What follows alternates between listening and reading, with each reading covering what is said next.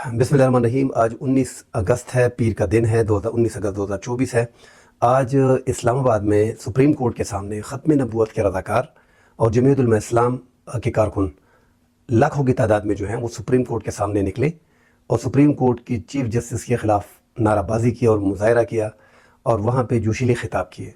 یہ جو لوگ نکلے تھے، یہ مبارک ثانی کا ایک کیس تھا۔ مبارک ثانی جو ہے وہ ایک قادیانی لڑکا تھا جسے گرفتار کر لیا گیا تھا، اور قاضی صاحب نے 6 فروری کے فیصلے میں 6 فروری 2024 کو ایک فیصلہ دیا تھا جس میں قادیانیوں کو اپنے گھر میں، مطلب انہوں نے اقلیتی تصور کیا تھا قادیانیوں کو کہ اپنے گھر میں یہ لوگ جو ہیں، اپنے دفتروں میں جو ہیں یہ تبلیغ کر سکتے ہیں۔ مطلب اب تبلیغ کرنا قادیانوں میں ہمارا جو فرق ہے میں اس کو بھی واضح کر دوں گا، مگر میں پہلے اس پہ آتا ہوں کہ 6 فروری 2024 کو جو قاضی صاحب نے شارٹ فیصلہ دیا، اس کے بعد 29 مئی کو فیصلے کے بعد جو ہے پاکستان میں علماء کرام نے اس پہ شور مچانا شروع کر دیا۔ 29 مئی کو قاضی صاحب نے پاکستان کی جید علماء جتنے بھی تھے ان کو بلا کے ان کے ساتھ میٹنگ کی اور ان کی سنی، ان کی ساری باتیں تفصیل سے سنی گئی۔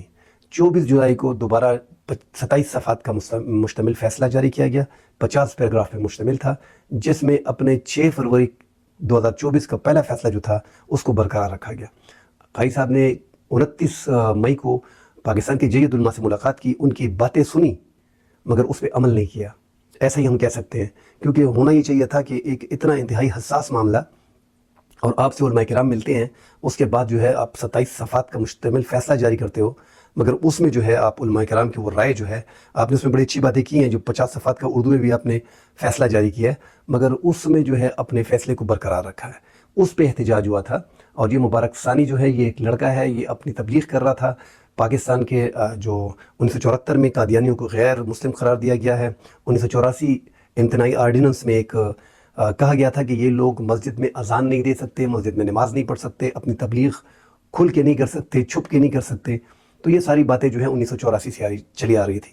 ایک راستہ دیا گیا تھا قادیانیوں کو، جو ہمارے علماء کرام اس ٹائم میں اس فیصلے کے، قاضی صاحب کے مبارک ثانی کیس کے فیصلے کو دیکھ رہے ہیں کہ اس میں قادیانیوں کو راستہ مل گیا ہے، وہ اپنی تبلیغ کر سکیں گے۔ تبلیغ کیسے کریں گے؟ ابھی ہم سب کو پتہ ہے کہ ہمارا جو قادیانیوں سے سب سے بڑا اختلاف ہے وہ یہی ہے کہ یہ لوگ ہمارے ہی کپڑوں میں، مطلب یہ اقلیت اپنے آپ کو تصور نہیں کرتے، یہ اپنے آپ کو مسلمان ظاہر کرتے ہیں۔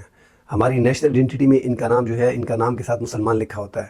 یہ حج پہ جاتے ہیں، عمرے پہ جاتے ہیں، اور ہمارے ہر ادارے میں یہ لوگ موجود ہیں اور بڑی بڑی سیٹوں پہ موجود ہیں۔ تو یہ اسلام کے لیے، ہم لوگوں کے لیے سب سے بڑا خطرہ جو ہے وہ یہی لوگ ہیں۔